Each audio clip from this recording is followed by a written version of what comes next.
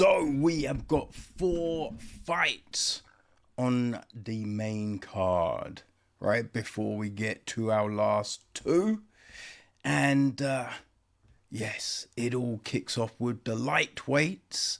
So we're continuing with that last lightweight fight of the night.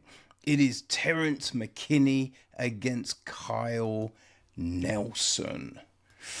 Ooh, this is another good fight, right? So the monster Kyle Nelson, he's 34, 5'11", inch reach, 7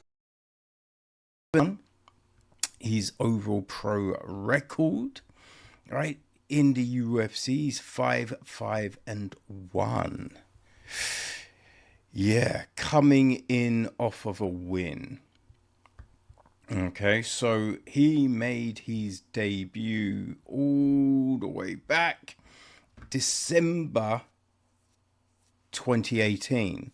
He got a loss to, I believe it was a short notice affair, right? He lost to Diego Ferreira in the second round. He then lost to Matt Salles, got caught with an arm in May 2019. But he then pulled off a win in his third fight, knocked out Polo Reyes in the first round, September 2019. Another bit of a slip, right? Lost to Billy Qualentino and Jai Herbert, both very good fighters. Got a draw against Dong Hu Choi. But then he started to build, right? He beat Blake Bilder. Then he got a win over Fernando Padilla.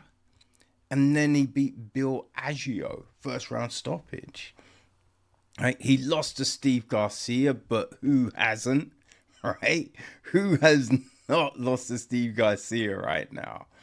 Right? And last time out, he was able to get a decision over Matt Fravola. That was October last year. So, this is going to be an interesting fight, right? T-Rex, Terrance McKinney. Man, he's 31, 5'10", 73.5 inch reach. And we know how dynamic McKinney can be, right? 17-8 overall record. He is 7-5 in the UFC. So last time out, he lost to Chris Duncan, got caught by an anaconda in the first round, But it's funny because he caught Slavoclaws with a guillotine in the first round in, his last win in June 2025, right? So is that he stopped Damir Hadovic in February last year. So when he's on, but it is live by the sword, die by the sword a bit when it comes to McKinney, right? Esteban Arivovic caught him with a head kick early in their fight, May 2024. So it is one of those ones, right? He's lost to Ismail Bonfim, Nazim Sadikov, right? But he's got wins over Brendan Moretti, Mike Breeden, Eric Gonzalez, Fariz Zaem, Matt Fravola. They both got wins over Fravola. So, you know what I mean? It's that is the thing when it comes to McKinney, right? He can win spectacularly or he can lose spectacularly, right? And I think it's that throwing yourself into the fire that makes him exciting is probably going to be the thing that will mean he gets unstuck Saturday night against Nelson. Right? I think Nelson is probably, it's the submissions, it's just the overall game, right? A bit more focus on fundamentals, right? Not really going to be putting himself overly out of position. And I think, when McKinney does something crazy, I think that's when Nelson will capitalize. All right, so we then jump up to the middleweights, and we have Mansur Abdul-Malik against Yousri Belgaroui. Right. So Yousri Belgaroui is 33, 6'6", 79-inch reach, 9-3 overall. Okie dokie. Right. Eventually came via the Contender Series and won his UFC debut. He won that. Actually, I don't think he did get a contract. He won,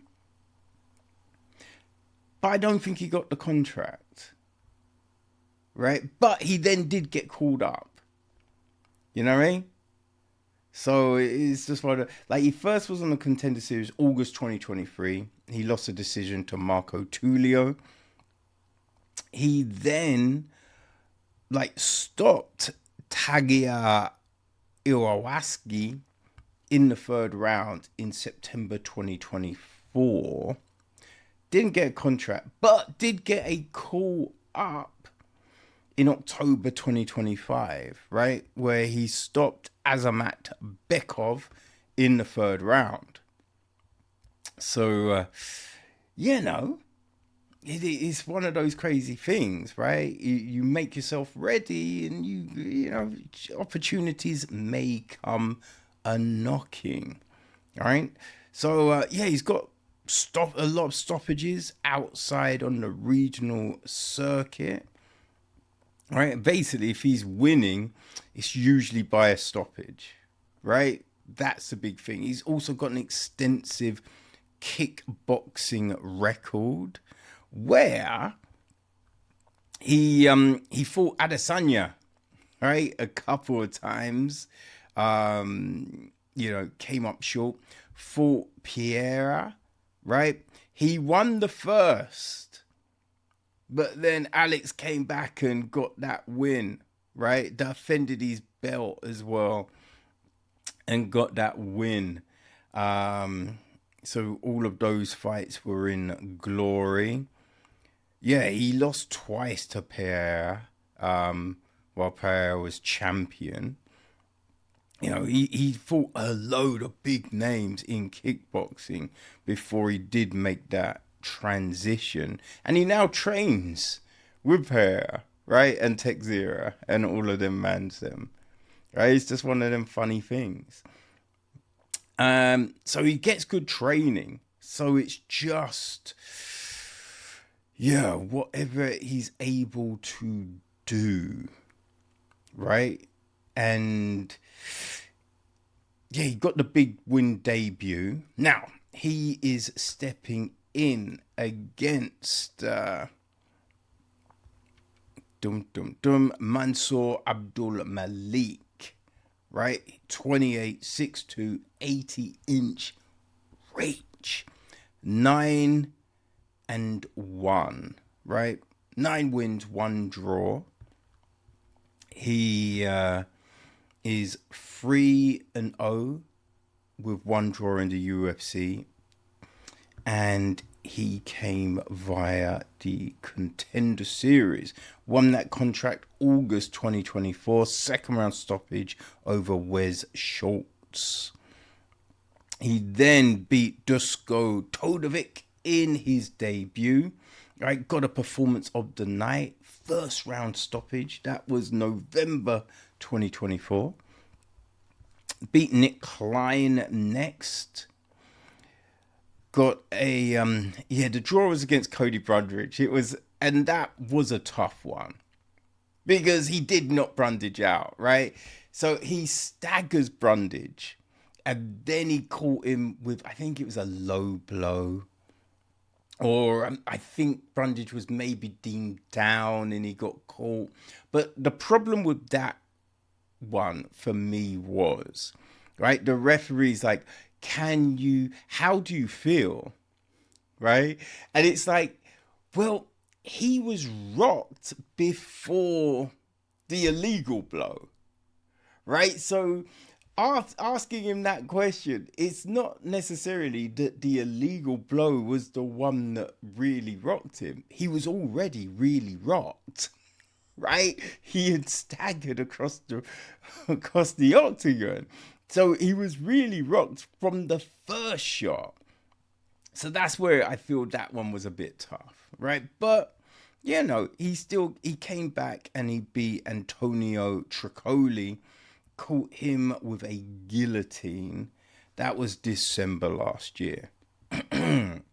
So, yeah, I mean, he's tough, man.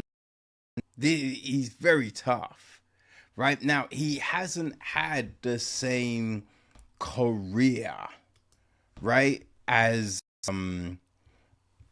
his opponent, right, as Yousri. Hasn't had the same kind of career. He is 5 years younger, right? He does have an inch reach advantage. He's 4 inches shorter, but he does seem to have a little bit more dynamite in the hands, right? Yousri is knocking people out too, but yeah, Mansur, he might have a bit extra pop. I think this is going to be one of those fucking like, I don't think you want to blink during this fight. I think it's gonna be a war, and it's not necessarily gonna go a long time. Even though the experience is with Yousri, I don't know, something in me is saying Mansur for the win. So people, that's the way we're going on Saturday night, So then we're with the featherweights, right? We have Julian Erosa against Lerryan Douglas, which interesting. Lerryan Gunslinger Douglas is 30, 5'9", a 72-inch reach. Right? He's 13-5. He is making his debut on Saturday night, right? Came via the Contender Series, and he is on a 5-fight winning streak. So he won that contract September 2025, first round stoppage over Cam Teague, which, an impressive one, right? Unified the LFA lightweight belts, the featherweight belts, when he fought Elijah Jones in January 2025, right? He'd won the interim belt against Javier Reyes in August 2024 with a second round stoppage. So he does have heavy hands, right? He's been, putting in that work. I think all of his LFA fights have been knockout wins. You know what I mean? Like, he has been submitted a good few times, right? So the ground might be where someone wants to take him, right? To see if they can exploit a weakness, because that might be it. You're right. That might be the spot. He's going up against Juicy J, right? Julian Erosa. He's 36, 6'1", 74.5-inch reach. 31-12 overall record, right? Which is so fucking crazy. He's 9-8 in the UFC. Yeah, he was on the Contender Series, right? All the way back in June 2018. Beat Jamal Emmers in the second. Didn't get a contract, right? Didn't get a contract. He was previously in the UFC, right? He fought on the Ultimate Fighter. I believe it was the series where a champion, no, actually, because I was going to say, I thought he was on the series where they had all the champions to fight Demetrius Johnson, but I don't think it was. I don't think it was that. Lost to Artem Lobov, and I don't think Artem was on that, right? But he made his UFC debut December 2015, beat Marcin Wozniak via split. Lost the next fight, right, to Totoro Ishihara, and then he went back to the regionals. Yeah, he lost a title fight in Cage Warriors to Paddy Pimblett that I think a lot of people thought was, a bit of a dubious one, right? But he did his thing on the regional front, picked up some belts, and got back to the UFC, right? I think he got a short notice call up, right? But he then lost all 3 fights. Devontae Smith, Grant Dawson, Julio Arce. Back to the regionals. And then he got a call up again, right? Got a call up. And he beat Sean Woodson in his fight back, right? June 2020, which, you know what I mean? Sean Woodson is fucking good, and I don't think anyone saw that one coming. Got a performance of the night. And after that, right, to be like, yo, that weren't a fluke, motherfuckers. He then stops Nate Landwehr with a flying knee in the opening seconds of the first round, right? So he's like, Julian's good, man, right? He got stopped by Song Woo Choi, but beat Charles Johnson, got him with a Darce choke. Stephen Pedersen got a win over him. Hakeem Dawodu, you know what I mean? Very good wins, right? Lost a couple, but came back with a win over Ricardo Ramos, Christian Rodriguez, got them both with guillotines. Then he knocked out Darren Elkins, right? So last time out, he just lost a decision to Mizel Costa, right? Which, look, Costa's a fucking dog. You know what I mean? Got fight of the night, right? That was May last year. So that was a war. You know what I mean? So I think this is going to be a doozy because Erosa, like, he's kind of found it again, right? He's had some tough spells, but the big thing about those tough spells, they didn't crush him, right? He came back, right? Being in the promotion on and off a few times didn't crush him. So I think that is a huge one when it comes to Julian Erosa. You know that toughness is in his DNA, right? And you'll need that when you're going up against a gunslinger. But as mentioned, right, our gunslinger doesn't necessarily like the ground. Julian Erosa, it's a little juicy on the ground, right? So I'm taking Julian Erosa to get a submission win Saturday night, right? That's where I think he's going to do the work. That's where I think it's going to go.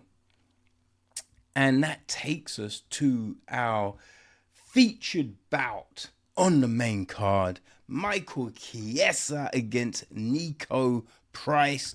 The welterweight are going at it, right? Niko, the hybrid Price, he's 36, 6 foot, 76-inch reach, right? 16-10 with 2 no contests. Whew. Right, he's 8-10 with 2 no contests in the UFC.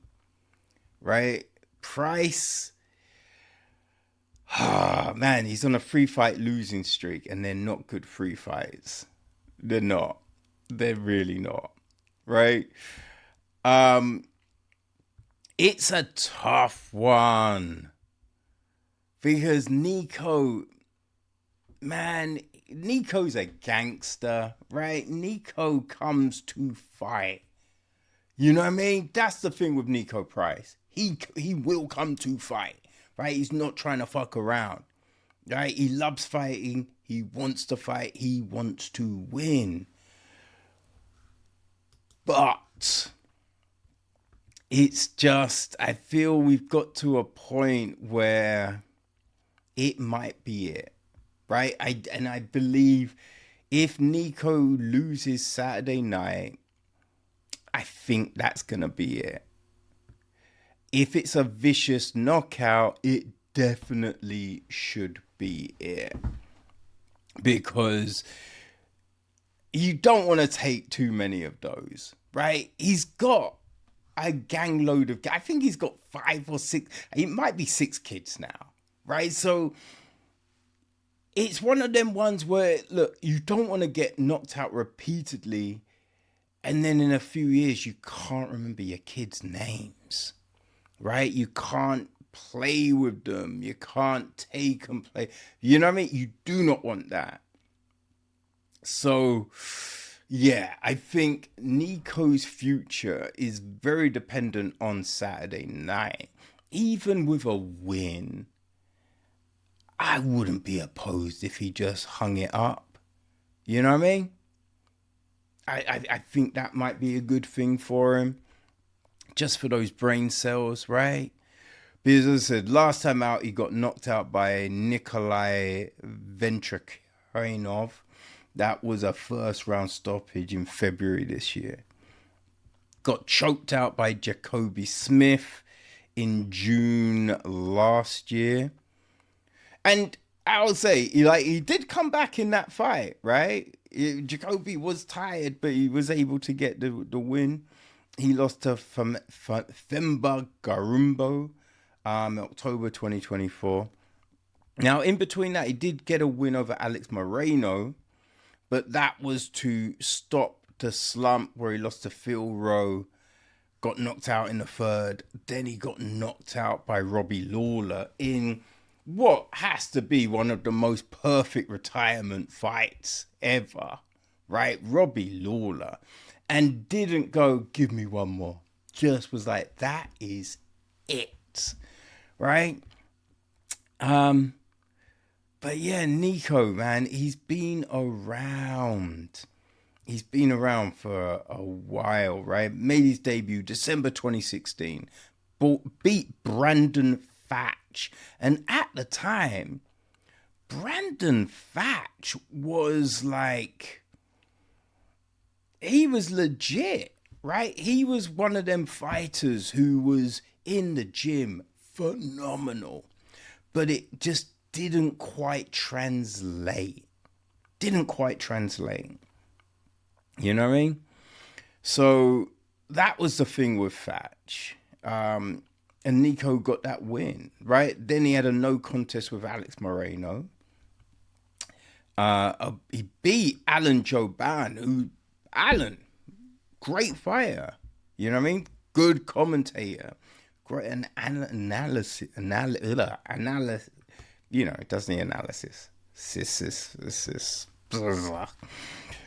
But yeah, got that win, right? So he's got good wins. Randy Brown, right? Tim Means, James Vick, right? Alex Oliveira. He has good wins. But it's just been a bit of a tough one. Like the big thing with Price, as I said, he comes to fight, right? Comes to fight. Now, he's been in one retirement fight against Robbie Lawler, and Saturday will be his second because he's going up against Michael Maverick Chiesa. Oh my God. Michael Chiesa, right? Chiesa. Ugh. I don't even know, man. I've pronounced his name so many times and I'm fumbling. Jesus Christ. Now, Chiesa is 38, 6'1", 75.5-inch reach. He's got a 19-7 overall record. Right? 14-7 in the UFC. Only spot he's fought. Right? Came via the Ultimate Fighter. He won that season. Right? I think that was the live season 2. Right? Won that season. And man, right? It was just he's fought a lot of people. He's got good wins under the belt, right? Good wins. Beat Jim Miller back in the day. Benny Dariush, right? Both rear nakeds. Man, beat Carlos Condon, Diego Sanchez, Rafael dos Santos, Neil Magny. You know what I mean? Tony Ferguson, Max Griffin, Colt McGee, right? All very good wins. Very good wins. But he was just never able to just get over that final hump to get in that title consideration. You know what I mean? Which was tough, right? It is like, it's always been a bit of a joke that you can catch him in a DAS, right? Vicente Lupe did, Kevin Holland did. You know what I mean? Like Sean Brady just put it on him. But Chiesa, he's been there. Right? He's been in the mix. He is tough. This is an interesting fight. And we always knew he was retiring in his hometown. Now, originally he was going to fight Colston Harris, which I thought was a tough fight. I thought that fight could be a problem. Right? But Harris had some visa issues. And that's when the Niko Price fight came. And I think this is a better fight for Chiesa. Right? Now, obviously, Niko is tough. Niko is a dog. Niko comes to war. But this is a better fight for Chiesa. Right? Niko is good on the ground. I think Chiesa's probably still got the edge, though. You know what I mean? So, yeah, I think Saturday night, Michael Chiesa gets to put those gloves down off the back of a win. Right? I think that's what's going to happen. I think it's going to be a fun fight to take us into our and headline bouts. And yeah, I think the reception to this fight will be one of the biggest on the card. I think the hometown will go crazy for their boy when his hand is raised and those gloves get laid down. So Michael Chiesa for the win. People, what do you think is going to happen?